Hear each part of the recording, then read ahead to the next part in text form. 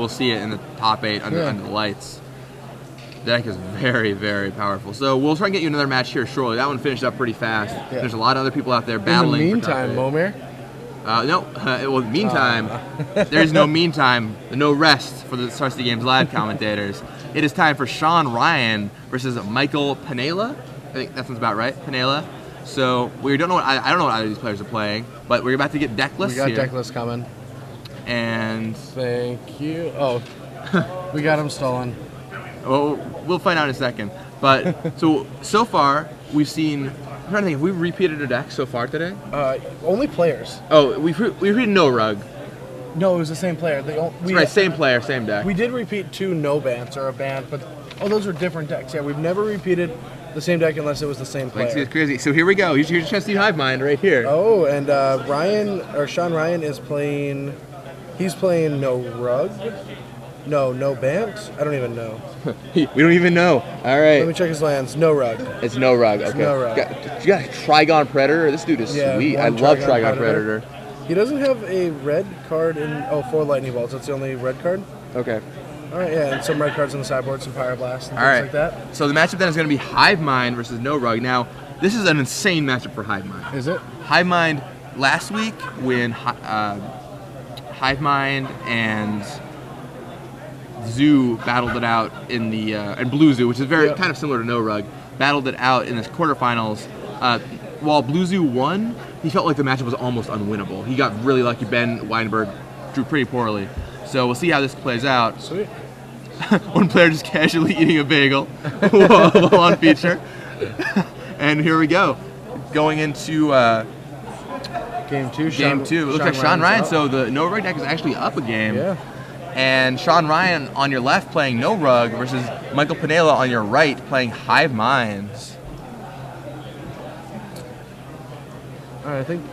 So you think that this matchup, the edge goes to the Hive Mind deck? That's what I've heard. I want to see the deck list. I have not played the matchup myself, but according to Ben Weinberg and a lot of other players last week, they felt like these kind of natural order matchups, Blue Zoo matchups, similar things, were just heavily in favor of Hive Mind. It's like a turn 2 or 3 combo deck.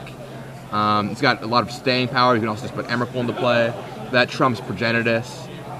And for those who don't know how the Hive Mind combo deck works, it can do a couple different things. First of all, it just has Show and Tell and Emrakul. So you can just do that. Easy peasy, lemon squeezy. But the other thing you can do is you can just, so you play a Hive Mind, which is a trippy little card. Just whenever also Show and Tell, correct? Also Show and Tell for cheap. Hive Mind is a pretty trippy little card. It says whenever a player plays an instant or sorcery, every other player copies that card. Yeah. So you combo that with the packs, Summoner's Pact, Pact of the Titan, Slaughter Pact.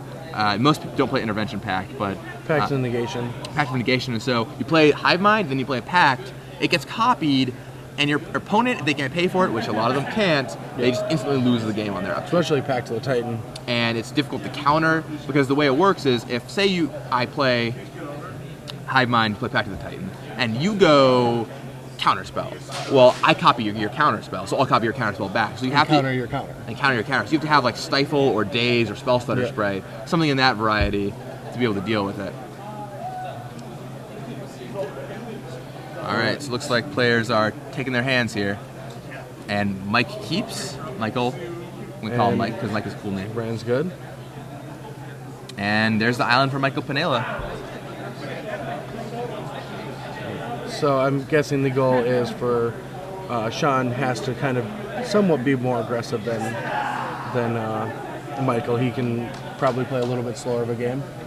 Yeah, I mean, Michael's definitely, I think, the beatdown deck, but that's not to say that he doesn't have a lot of late game staying power. Okay. Mike wants to kill quickly with Hive Mind, but at the same time, you can do a lot of long game plans with that deck. That's what I mean. Intuition, set things up. Get multiple pack negations for the combo kill turn. Right, exactly. So, we'll see how this plays out. And Brian Elliott, who's here in attendance actually, I think he's playing for either top 8 or top 16, might be top 8, was the one who got second with this deck in Providence and popularized it. Oh, so wow, he's actually here in this tournament today, and he might be some of the reason behind its success. Oh, that's crazy.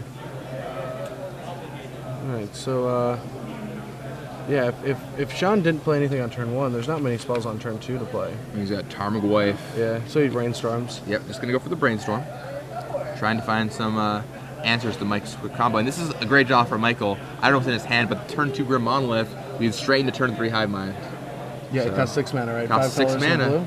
Pretty convenient how that turns out. 2 + 1 + 3 = 6. Also, I mean, with the Ancient Tombs in the deck, it makes it a turn 2 combo with the right draw. Oh yeah, Ancient Tomb into... And City of Traders, which you have 6 2-mana lands, so... Wow.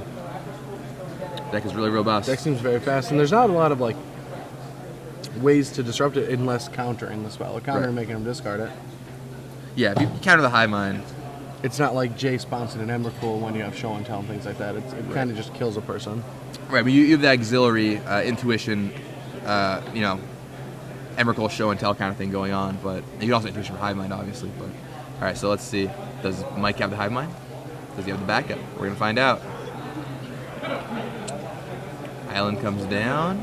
Is that Monolith getting tapped? If it's getting tapped, it's gonna be a bad sign for Sean Ryan. Let's see if he goes for it. Nope. Just says go. Just passes the Shuffling turn. away the 2 cards from the Brainstorm. I mean, also, yeah, like... Oh, I mean, even like Red Elemental Blast or Pyroblast, like even if it kills it, it still puts the triggers on. And right, exactly. I mean, you never pass priority. It comes into play, you get priority back immediately, you play your pact, and that's that. It goes on the stack. Wow, that's so crazy. So... Yeah, it's difficult to fight with the Hive Mind combo. And of course, sometimes you'll get these really weird games where one player just has to run out their Hive Mind without a pact, and then who knows what happens after that. Like, someone casts Ponder, you ponder, right? Like, things just go insane. You Natural Order, go get your Progenitus. Right. Legend Rule them. Well, you don't Progenitus, but yeah. I know. You board in your one Progenitus to fight that war, right?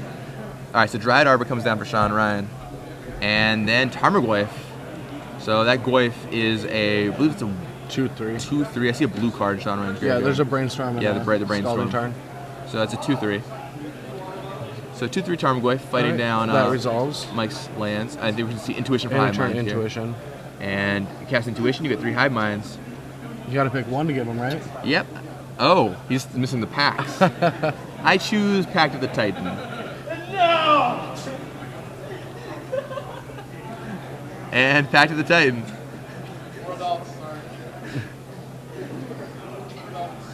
Alright, so Pact of the Titan goes in his hand, and hopefully he has a counterspell plus the Hive Mind plus the now he has the Pact. Right, I mean, I don't know if Sean has a counter magic or not, but if Mike just has Pact of Negation, he's good. Yeah. And that's the great thing about it. It kills the person and it protects your combo. Right, it serves 2 purposes. Yeah. Now, you can't put Pact of Negation without a target, but as long as you have any other spell to play, like any other Pact, for example, you can just run it out there. Or Brainstorm or anything. Right. So, untaps. Alright, so let's see if this is it. Alright. Getting for Brainstorm first. Maybe he doesn't have the Hive Mind? I mean, why would he Intuition? Why do you go for Pacts? Yeah. He definitely has time to play that at a different end step. I don't know. I think he might have it. He just might be like trying to grab another Pact or another Force of Will. I'm pretty sure he has it. Like I said, I don't know why he would get Pacts there otherwise. Yeah. Gets back 2 cards. And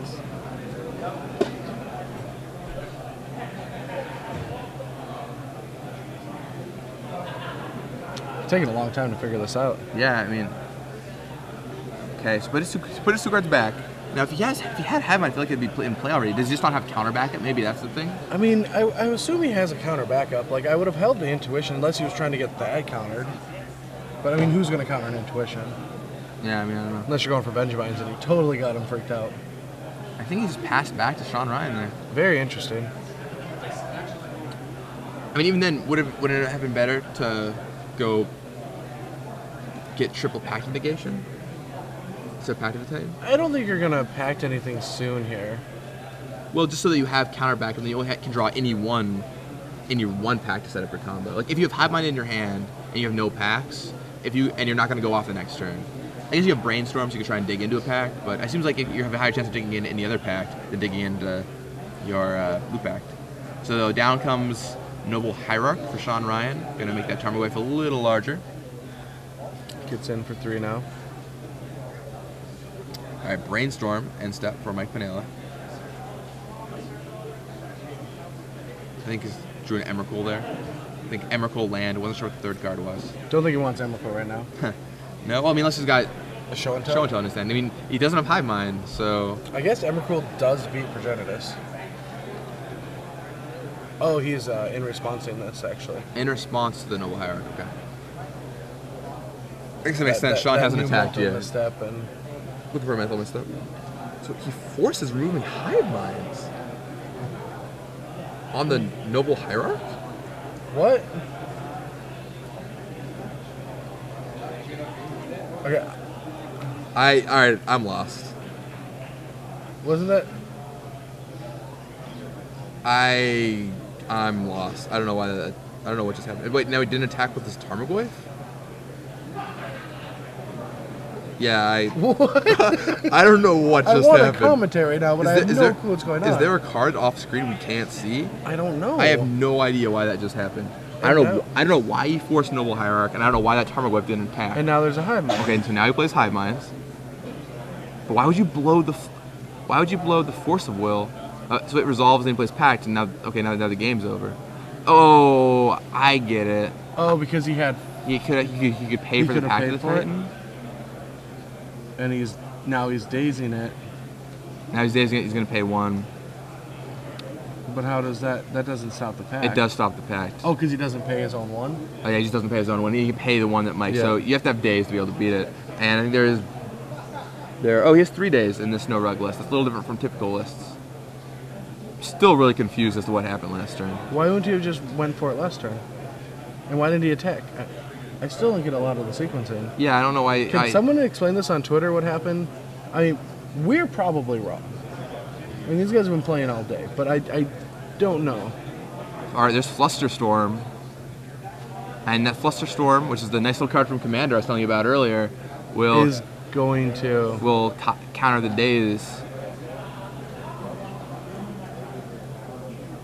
Wow. Okay, so the Flusterstorm should counter the days that Sean Ryan is trying to. So with Hive Mind, he only gets 1 copy of Flusterstorm, correct? He gets 1 copy of Flusterstorm. And Mike gets a bunch. Like 3 or 4. Yeah. I'm still curious why the Tarmogoyf didn't attack. I mean, so Eddie Davenport says on Twitter he didn't want to attack because Mike could play Pact of the Titan, but I'm pretty sure Mike plays Pact of the Titan there. Like, he's perfectly fine with that. Yeah. Like, yeah, it's my Tarmogoyf, but he threw away his Pact, and he has to time walk himself the next turn. Mm-hmm. I don't think that's the issue. I mean, I know that crossed my mind, but it doesn't make any sense. Well, I mean, then he throws away his Pact and he starts attacking with it. I mean, I think Sean Ryan's deck can beat a 4/4. Maybe. It's really cool to actually see these Commander cards come out to life. Oh yeah, it's great. It's cool that there's a couple that made impact on Legacy. Yeah. Flusterstorm I think is the biggest one. Scavenging Ooze, Edric, a couple of them are potentially playable. So I think the players are basically working out exactly what in the world is going on. But so why the question isn't if he attacked with the Goyf, I guess now. The real question I have is why did he didn't go for it. Yeah. I don't know what he was waiting for. I don't know. I'm very confused. Like, having Force Will backup just seems awesome. Yeah. Now, granted, he can't force Will backup his packs because he'll copy the Pact and counter the Force back. All right. Yeah. Well, so Sean Ryan loses that game. Yeah, Sean Ryan lost. But let's check our tweets and see if anyone can explain why that happened. I mean, no one seems to have a good explanation. I mean, some people are saying about the Tarmogoyf thing Pact, but I think, once again, if and Sean takes another chomp out of his bagel, that's awesome. But I think if Mike Pacts there, he throws away the Pact that he intuition for and obviously needs. He has to time walk himself paying for it next turn. I don't know. I don't like that play. But regardless, Mike was the one who pulled it out, and now we're heading into game 3 with Sean. No Bant? No Rug. No Rug, okay. No I'll Rug. get the names eventually. Yeah, it's like all these compound. It's like prefixes and suffixes in the I English understand. language. Yeah, I understand. No, it's funny. Just like you go through the list in your head. All right, well, wait. So this one's got show and tell. No. It's natural order, right? Yeah. That's the one that's okay. Now what's the shard? Is it Grixis? No, wait. Is it a Guild? Is it Dimir? No, it's not Dimir. Oh, right. It's Rug. I get it. Yeah, so the big debate there was basically how Hive Mind and Flusterstorm work. Yeah. And the way it works is Storm only happens when you actually play the spell, because otherwise all the copies would storm too, and it'd basically storm infinitely, which would be very bad. So Michael got all the Flusterstorm copies, while Sean Ryan just got a single Flusterstorm. And he could pay for the one, while Sean was not able to pay for all of them, targeting the days that he would then not pay for. It's actually insane how this works out. Get this. So he dazes his own copy of the copy of the Titan, and then he doesn't want to pay for it, so it gets countered. But Michael then takes all the Flusterstorms and targets the daze that's protecting the Titan, the pack spell. Right. That's what it was. Yeah. Well, wait a second. But then what if the Flusterstorm that goes on top of that by Sean Ryan targets the original Pact of the Titan? Or sorry, that targets his Pact of the Titan copy. Couldn't you have done that? Yeah, you'd have done that, right? And just not paid? Yeah. Did you just miss? He just missed another way, yeah. Yeah. Well, they were explaining that for a while. They were explaining that for a while. Let me check Twitter. Got a bunch of tweets suddenly. Yeah, no one's talked about that. So, Sean didn't have mana to counterspell the Flusterstorm, but wouldn't his counter go on last? Right, so what happens is... Oh, no, he would get the second one? No, because you play it, Storm... Wait, it's Apnap, so Storm triggers...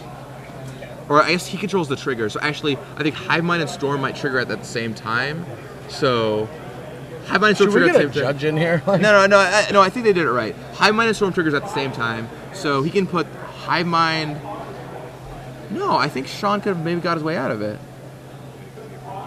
Yeah, I want Ricky. Yeah, we'll do that after the round. We'll just finish this next game, and then we'll get Ricky in. So the only thing I'm not sure about is if you play a Storm spell with Hive Mind in play, you control both triggers, or so you can choose which order they happen in, or does one happen before the other based on when the spell is cast? I think you control both triggers. You control which one happens. No clue. I'm pretty sure you control both triggers. So if you control the Hive Mind trigger and the Storm trigger, then you could put the Storm trigger above the Hive Mind trigger, but the Hive Mind trigger should still happen. You can still use that one to redirect. And if it's above, I think either way, Sean Ryan can get himself out of the situation. Yeah, I mean, I assume that he can get himself out of the situation. I really don't know why he conceded. But there was a judge ruling, I think he was asking. Anyway, so I think Sean could have won that one. Bottom of the line, rules are hard. But I'm pretty sure that no matter what happens, Sean will have the opportunity to flush the Storm. Well, we got another game. Maybe Sean won to win 2 and kind of won. So we're going to have a Noble Hire coming from Sean on turn 1. Alright, Michael just goes Island and Ponder. So when you ponder, what ponder do you play with? I play with the Lauren ones. The Lauren ones? Yeah. Good choice. I'm not a huge fan of the full artwork. I also don't own a full set of them. So yeah. I am very peculiar about what cards I like to play when I have multiple options. What's your duress? Well, I try to play the Saga ones when I can. Okay, what's your mana leak? I play the textless ones, but only because I lost my playset of Stronghold ones. Okay. I have 3 sets of Stronghold. I love my Black Borders ones, but I only have one left. 3 of them just disappeared somehow. Yeah. While it was out of standard, I was like, I'm not gonna need these again. So. All right. So Michael ended up shuffling his ponder away, drew off the top randomly. Yeah. All right. Is that a mountain? I haven't seen one of those out of a non-mono red deck yet today. It's a normal basic mountain, and Sean Ryan has 1 forest, 1 mountain in his deck. Yeah, I haven't seen one of those since round 1. Yeah, it's been a while since we've seen the mountains. Pretty looking mountain though. Yeah, it's a good looking mountain. I think that's the one I collect. I think that's a beta, right? Is that beta? I don't know. I don't play with enough mountains to be able to tell you. Oh, really? I have to ask Patrick Sullivan. Yeah. I have played way too many mountains this year. Which, they have all been mistakes, but I have done it. I have like 1 mountain, and I use that one whenever I splash red. Alright, so there's your monolith from Michael Pennella.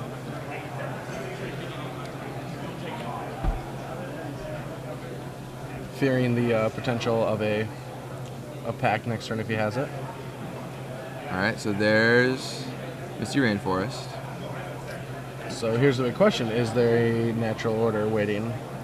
And the funny thing is about natural order, even if he goes for it, Mike's deck can just outrace a natural order pretty easily. Well, yeah, next turn you can just combo. Combo or just get Emrakul. So Sean Ryan is going to use Green Sun Zenith for 0, I think. Yeah, he just did it for 0, so he's going to be going and getting the Dread Arbor. All right, so Dread Arbor's in play.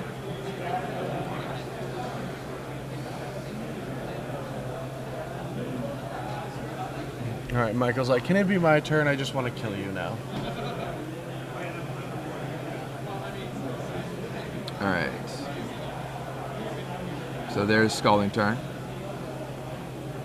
I think he has a combo just by how he put that Scalding Turn into play. See if you have the read.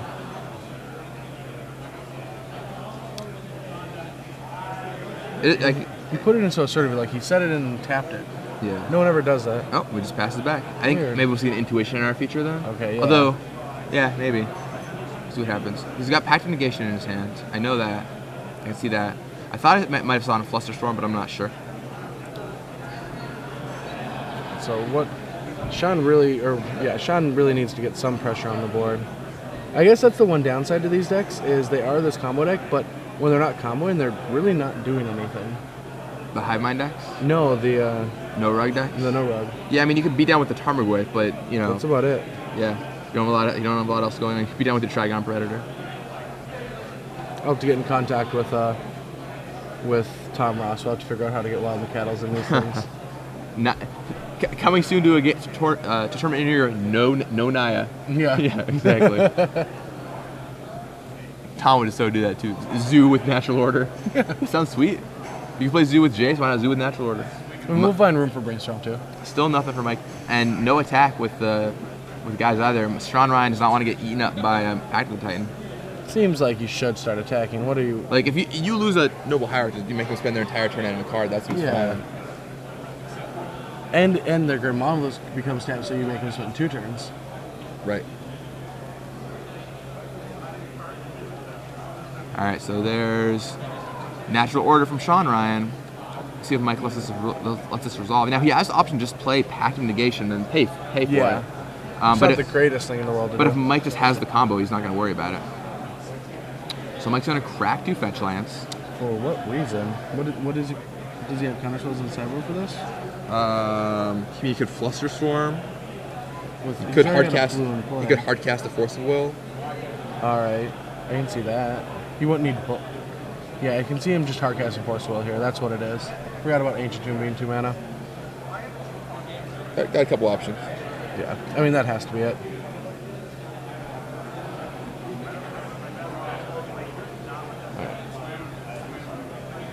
So Mike's going to be hardcasting Force of Will in natural order. Yeah, there's a Force in his hand. I see it. For sure. The burning red card right there. Oh, so he's tapping the Monolith. Interesting. Forces it. And he's going to Intuition this turn as well. Yep. That's why he's doing that. And Pyroblast from Sean Ryan. But that's okay. Still gives him like 2 turns, which is enough. Yeah, I think he's going to Pact it.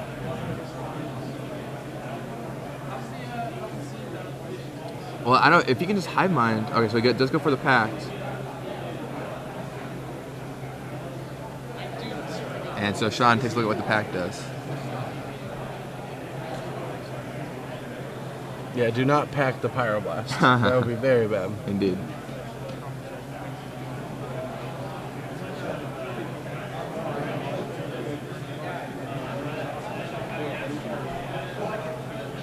Alright, so Sean's thinking about that. If he has a counterspell or not.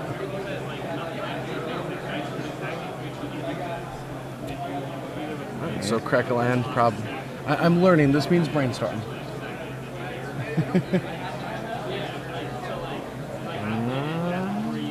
Points to the natural order. He's like, just making sure that that's what it's targeting. Alright, let's see if we're going to brainstorm here.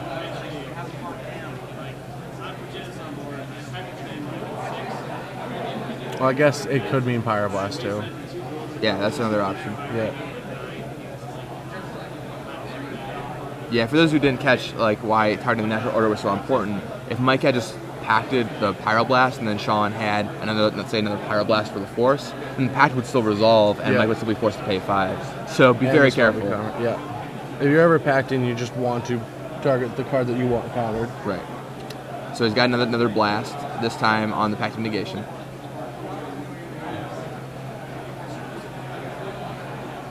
Alright, so they're organizing the stack. I feel like I'm solving a geometry problem. And so Sean Ryan is working out which one to target. And you want to target the Force of Will. Or the Pact of Negation, Well, of sorry. course you target the Pact of Negation.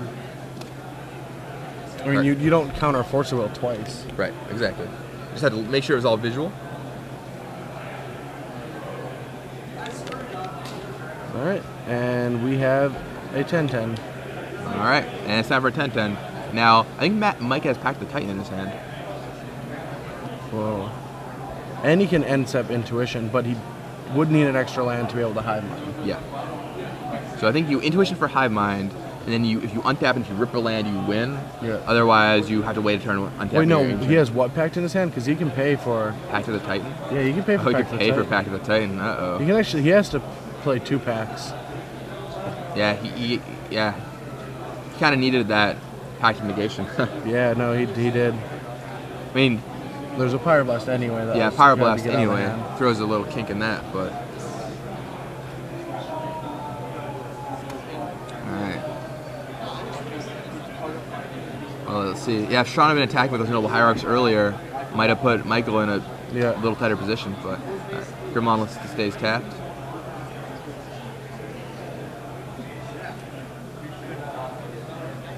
And the Grim Monolith... is being read by a judge. Okay. He's like, and it floats away. It goes, yeah, it's removed from game. Not exiled, actually just removed from the game. Alright, so let's see. What does he do here? Oh, looks like he just passes the turn. His plan is to be untap Grim Monolith, try and accomplish something. Serves for 12. Michael goes to 4. What does Michael have? That's the question.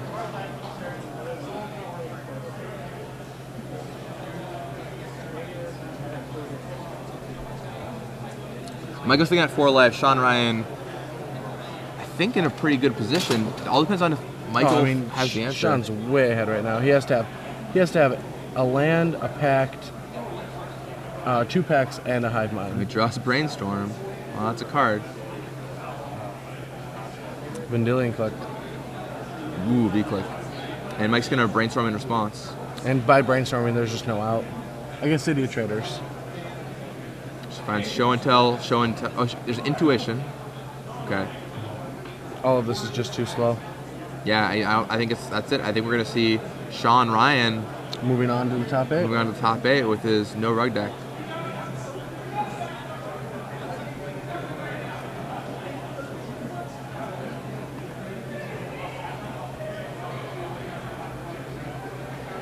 Yeah. So let's see, is that Pyroblast? Yeah, he Pyroblasted, but you can't really get out of this. Show and Tell for Emrakul, attack you for 10, 12, you know. It's just not going to happen.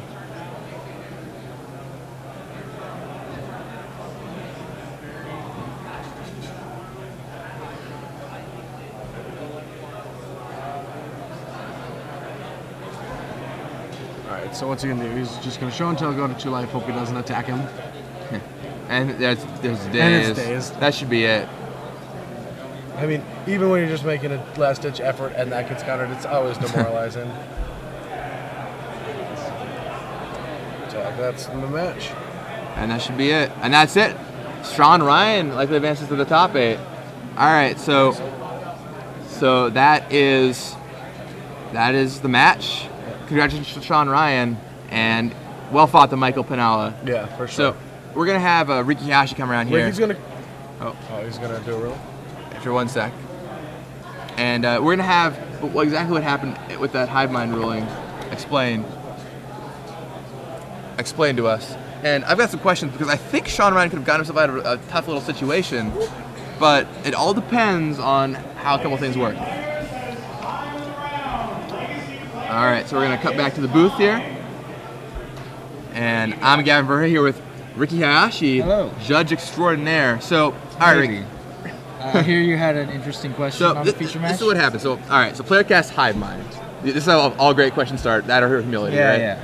Okay, so he casts Hive Mind, Okay. and he gets Pact of the Titan. So Pact of the Titan, and it's copy After it resolves. after it obviously. resolves. Yeah. So the copy ability is on the stack. Copy ability resolves.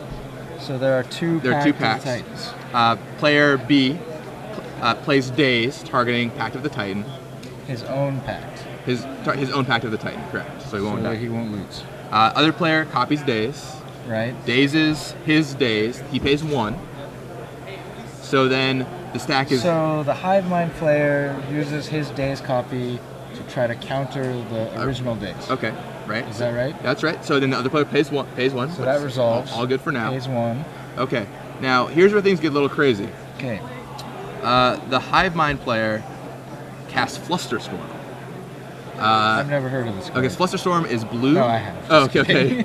Okay. So But it's interesting because this is from the Commander set. right. It's cool. It just came out, and those decks are featuring a lot of interesting cards here. So the way. Storm.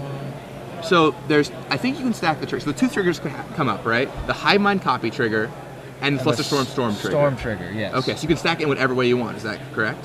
So he controls the trigger from Hive Mind and from Flusterstorm. Yeah, okay. Okay, so You can stack them. So I don't know which way he stacked it, but let's go walk through both ways. Let's presume he stacks the Hive Mind trigger to resolve first, followed by the Storm trigger. Okay, so Hive Mind, copy trigger, Storm trigger. So Hive Mind copy trigger resolves, His opponent gets a Flusterstorm. and he can have that Flusterstorm target the Pact of the Titan he controls, Sure. and then have it be countered.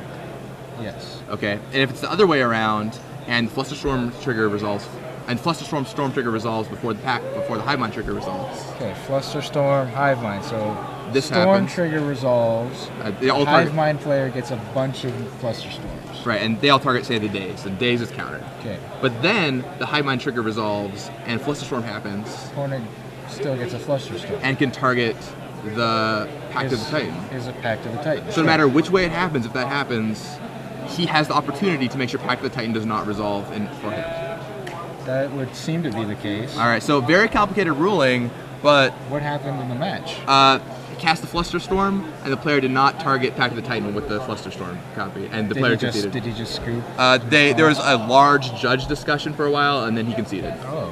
So we weren't Interesting. exactly privy to what occurred, but it was very strange. Should we try to find out what? Yeah, I'd love to know what actually happened, because in my eyes, it was very complicated, don't get me wrong. Flusterstorm, Hive Mind, weird interaction.